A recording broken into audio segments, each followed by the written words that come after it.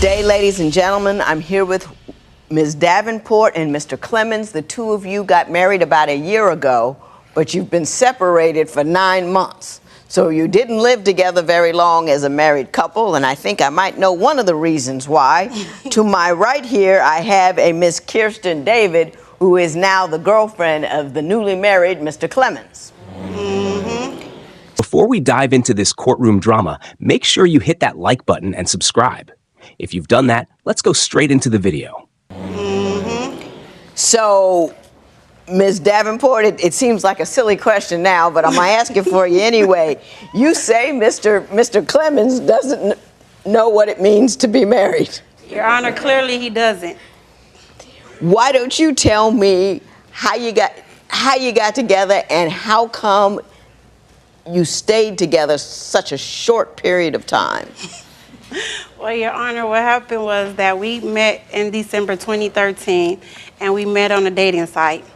And he inboxed me, and however, we was talking from there, and we went on our first date around February-ish, and we was going on dates from there. So we got real serious from that point on. We was going to the movies from Thursday to Sunday, dinner, movies, church on Sundays, and everything. Everything was fun. We used to get to miss each other, and I used to wake up to texts every morning from him, so on and so on. So, however, about March, he was like, let's move together. I said, no, I didn't want to move together at that time. Good for you. So I know that is a seven-year gap in between us. I knew this in the beginning. So you're 7 years older than he is, okay. Yeah, so however, time goes on. So around April-ish, May, he was like, let's get married. We was in the room. So I was like, okay. So we went to go look at rings. We went to go look rings. He couldn't get the rings in his name, so I got it under my name. So we got the rings. You mean he didn't have credit and you had credit, yeah. so you purchased both rings? Yes, I did in my name. No, she didn't purchase. I purchased. Mr. Clemens, I will get to you as soon as I'm done with her. He did not purchase them because clearly they're in my name, and I have an outstanding balance in my name, so how was it in his name? And that's what you're seeking today. Mr. Clemens, you are going to leave here if you are unable to contain yourself. You'll know when it's time to talk, because I'll look at you, I will call your name, and I will ask a question. Until then, don't say a word. So, you bought rings, and then when did you get married? In June? June 6th. Now, didn't you think that was a little quick? Your Honor, I truly did. And I thought about it, but I was like, he was sounding mature. He kind of knew what he wanted. But as you see, he betrayed and swindled because he clearly don't know what it takes to be married. Okay. That's why we're here. Mr. Clemens, why don't you tell me your version of how you two got together and to this point? Well, we met online. She winked at me. It was on a dating site. She took me out on dates. I took her out on dates. She bought me clothes. She took me to go see a fight. She was... Were you buying him clothes? Yeah. I do not understand that. What is wrong with people? You know, some guy, you're around him 3 months, you start buying him clothes. Well, what is that? Well, I like to represent my man when he's with me, basically, so that's why. Oh, he can't represent himself. You shouldn't be with him. But anyway, go ahead. I can't represent myself. I want to say that for the record. I can represent myself. Right, that part. I can represent myself, so I want to say that for the record. She just decided to buy me stuff. So if she gonna buy me stuff, why would I not take it? When did things start to go awry? After I said I do. Imagine being married for just 1 year, but spending 9 months of it separated. That's exactly where Miss Davenport and Mr. Clemens found themselves. From the beginning, this marriage seemed to be built on suspicion instead of security. Mr. Clemens says his wife's constant jealousy and questions about his phone pushed him away. On the other hand, Miss Davenport insists she wasn't simply being jealous. She just wanted a husband who would pay more attention to her than his screen. And honestly, many people can relate to feeling ignored by someone who's always glued to their phone. But the drama didn't stop there. What happened? After I said I do. What happened after you said I do? After I said I do, we moved to Vegas because I had a child that was being born, so she understood that from previous. So And were you both working in Vegas? Both had jobs in Vegas? we both no, we didn't. Who was working? I was working. You were working. Yes, ma'am. But you moved to be near your child. Yeah, I moved to be near my child. Which is an honorable thing to do. I appreciate the fact that you wanted to be present. Yeah, see, I'm not all bad how she tried to make me seem. Nobody said all bad. I'm trying to get the story. So you moved, and then what happened? And then we moved together, and she started being jealous and insecure. For example, one day we walked to the store. I held the door open for a young lady. The lady says I'm cute, and she goes off. She gets upset. She gets mad. She starts cursing me out, saying, why are you holding a girl for a different girl? Why are you doing this? Why are you doing that? She starts going through my phone. She gets jealous of my friends that she already knew about. Starting arguments. She broke my chain, tried to choke me. Now, Ms. Davenport, did you lose your mind because this man was a gentleman and opened the door for somebody else? No, Your Honor, I was not. I was not. Now, what I was tripping off of was the phone, because I was his wife at the time. I had access to go through his phone. Yes, I did. So, yes, I did get kind of bothered by him texting his friends at times, because you're married. You're technically married. But what had he done Nothing. What had he done to inspire the suspicion in the first place where you felt the need to look in his phone? What had he done? He didn't really do nothing too much. But I just went through his phone, however, but I wasn't really mad at that point. But when I really got mad is he was always on his phone, texting his friend, and he would be in the bed with me and stuff like that. I'm not getting your time. Somebody else is getting your time. We're clearly happily Isn't that a conversation? Isn't that not take the phone and see who it is? It's a turnaround. Hey, Martin. I said, we need to spend a little more time together. You need to put the phone down, give me some attention. Isn't that the appropriate response? I did. And he'd be like, oh, he had his nonchalant attitude, whatever, or he didn't care what I said. Did you ever see anything incriminating on the phone? No, I never did see anything disrespectful on the phone. No, I didn't. But I just felt like that we're newlywed and it's no time for us. Basically, you're glued to your phone. Basically, she's crazy. What I'll say to you is this: that is a sign of the times. It's a problem that is clearly one that a lot of people have. That electronics is intruding on the intimacy of a relationship. Right. But to be jealous is not the appropriate response. It is to engage him in conversation and other things to do so you can get past that difficulty. Her mother moved into their home. A ring mysteriously disappeared. And before long, family arguments turned the house into a battlefield. Once relatives become part of a couple's everyday conflicts, small disagreements can quickly grow into problems that are much harder to solve. Was Miss Davenport truly insecure, or was she reacting to a husband who wasn't fully present? How much pressure can a marriage handle before outside influences start pulling it apart? The jealousy that she had, the primary reason things began to go sideways. Yes, Your Honor. It did. Jealousy, insecure, trust issues.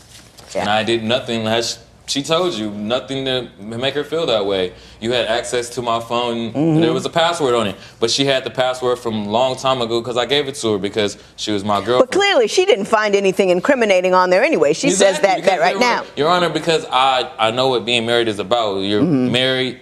She's supposed to have everything. She can get into anything. I'm not supposed to be talking to anybody except for my friends. I got you. Now, Ms. Davenport, you say another problem that you had with Mr. Clemens is that he was disrespectful to your mother. Oh, yes. Yes, he was. Why don't you tell me about that? Well, basically what happened when my ring came up missing. So I normally leave my rings on the kitchen counter or on the table. I wash dishes, I clean up with it. So I take it off every day. I was washing, cleaning up and stuff, and my ring was on the table. So I asked my husband when I was done, did you move my ring or did you, do something with it? He said no.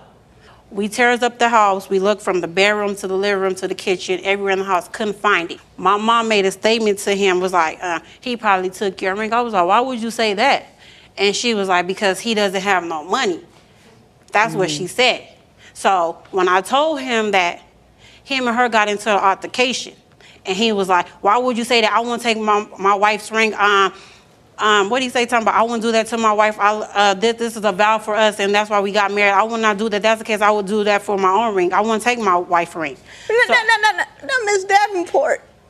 Your mother said something nasty and rude about your husband. She had no reason to say it, and you told him about it, and he defended himself. Why are you mad at him? No, I wasn't mad at him. I was never mad at him. Well, you said he disrespected her. I don't see that. No, afterwards, when they got to the altercation, he was trying to talk to her sideways. He was defending himself. Yes, he was. But I was like, it's not the proper way to talk to neither one of you guys. Mm-hmm. And I'm in the middle here. I'm in the middle like, wow, like this is really happening. I didn't know how to I try to calm the situation down. So when they got into it, after that had got done and said we did not find my ring, and my husband was like, probably a couple weeks later, well, your mom gotta go. I was like, what do you mean she had to go? And he was like, because the ring came up missing and we getting into it, stuff like that. I said, but you knew from the gate, you was cool with it when I told you. He knew from the gate that she was coming to Las Vegas to come move with us, and she was paying the rent as well. Mm-hmm. She was helping us pay rent. Well, let me ask you this, Mr. Clemens. I can understand difficulty with a mother-in-law. Mm-hmm. Did you agree to have her come and stay in the beginning? Yeah, I did, because her mom had no place to go. Can you take a step back from the fact that you love her to death because she's your mother and see that was she really disruptive to your union? I wouldn't say she was more disruptive of it, but it kind of conflicted us in a sense a little bit. But at the same time is that my mom is stubborn. She's 71 years old today, and she's going to do what she want to do, period, point blank, and I got it. You know what I mean? That's called disruption. The biggest surprise came when Mr. Clemens arrived with his new girlfriend sitting right there in the courtroom. While Miss Davenport still believed there was hope for reconciliation, Mr. Clemens had already moved on emotionally. That difference in expectations says a lot. Sometimes one person is trying to save the relationship while the other has already closed the chapter. Mr. Clemens, when did Kirsten get into the situation? How you doing over there? How are you? You want to come on up and talk to us? Sure. How did this happen? Well, this happened because, Your Honor, me and my wife basically were over, and I met her at work. Okay. Were you separated when you met her? Yes, we were. Separated. Okay. Had you two been separated when he met her? We were separated, but she came into the picture. I don't know when. So I don't know how this partake came about, because at the same time as I was thinking we're still going to amend things accordingly to when I left him in February, March, when me and him last slept with each other and everything. I thought that we was going to move back together as a union, work things out, but currently he had other plans because clearly he didn't want to be married. Did he tell you that he was going to try to work things out with you, or was that your hope? When I seen him in February, yes, we did talk about it. We talked about when we separated in December, we said we was going to separate and be together, get back on our feet, and come back together. So what happened was in February-ish, he asked to see my phone. So I'll give him my phone, and he seen some dudes' numbers in my phone. And I told Martin up front, I said, I'm talking to people. I didn't lie. I told him up front, it was nothing me dating nobody, me not seeing nobody. I told him up front. He was like, how you talking to people if you trying to work on your man? I was like, as quickly I start talking to my male friends, I can stop. You know what I'm saying? I said, technically, I'm laying up in here with you right now, am I? I'm trying to be with you right now, so I'm trying to see where it's going to go. Okay. So at that point in time, Martin was like, he felt some type of way about it. So around March time come. But wouldn't you feel some type of way about it too if you said, well, we're trying to make it back together, but he had a whole bunch of chicks in his phones that he was talking to? Wouldn't you feel some kind of way about that? I would feel some type of way, Your Honor, but at the same time, is that as quick as if he would have did that, I know if he loved me like he said he did, or if I loved him, however the case may be, I would have stopped everything I was doing either way I go. So at the same time is that I had questioned Martin in the process of all this till I just found out a couple weeks ago that he's with her. Yeah. Okay. And that now, Mr. Clemens, how did you see the attempting to getting back together situation occurring? We had basically split up because of financial reasons. She was over here and I was over here. So I understood that. So come to find out, when she's coming to visit me, you know, we're spending time and stuff together like that, all of a sudden with her phone, she starts becoming secretive. And she's becoming secretive. So I noticed the first, you know, couple visits that she came, I noticed, I'm like, okay, I didn't say nothing. So the last time she came, her phone went off again. She was like, oh, don't worry about it. It's nothing. Don't worry about it. So I'm like, no, let me see your phone. So I look in her phone and I see some guy's number and I'm like, why is this guy calling you? And she was like, oh, don't worry about it. It's nothing. Technically, we're separated anyway. But I didn't know we were separated. I thought we were separated as far as living situation. Yeah, situation. You didn't think that you were separated, but well, you married. gonna do your thing, I'm gonna do my thing. I never knew that. We never even discussed that until that moment right there. So from that moment on, it was like, she talking about love and all that. What love? I'm not stupid. If you I'm gonna talk to Kirsten in a minute.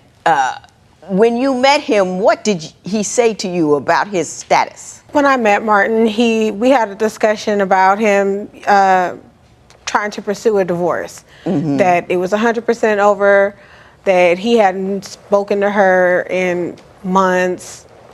So I figured Were you still he was a talking free to man. both of them at the same time? No, Your Honor. The only reason why I was talking to my wife at the time is because we have a cell phone that's in my name together.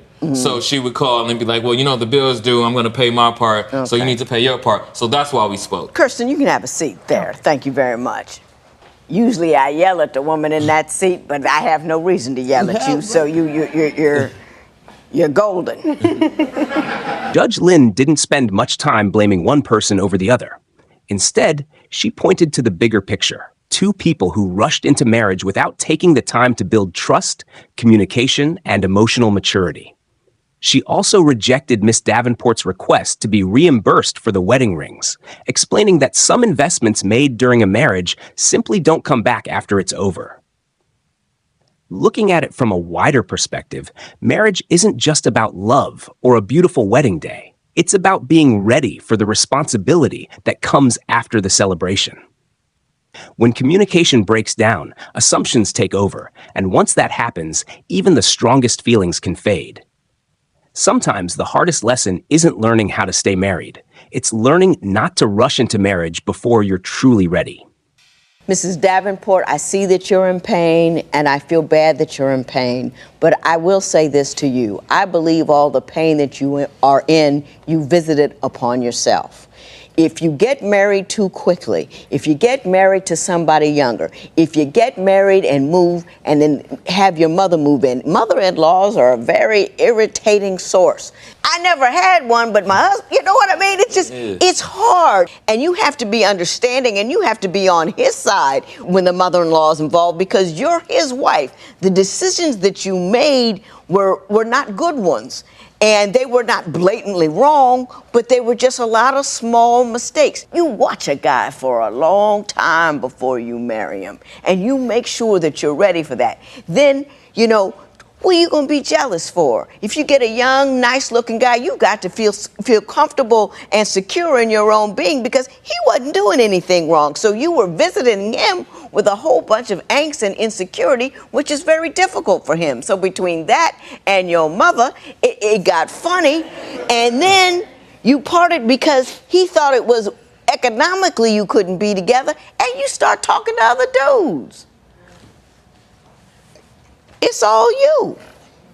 You want him to pay $1,200 for half of the rings. She does. She ain't getting it. Don't worry. I'm just saying. You made your investment. You guys did what you were doing together. I can't not now because the marriage didn't work. Tell him to pay for half of it. It was something you decided to do. That's what you did. I wish you both the best of luck.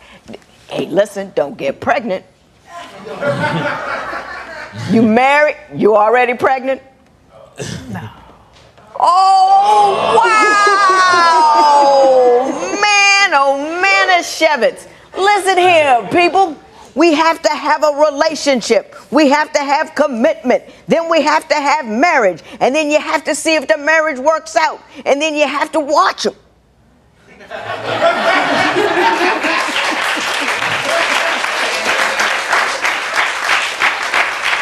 Then and only then do we invite you into the gene pool. Bad move. Take your time, people. Take your time. This matter is adjourned.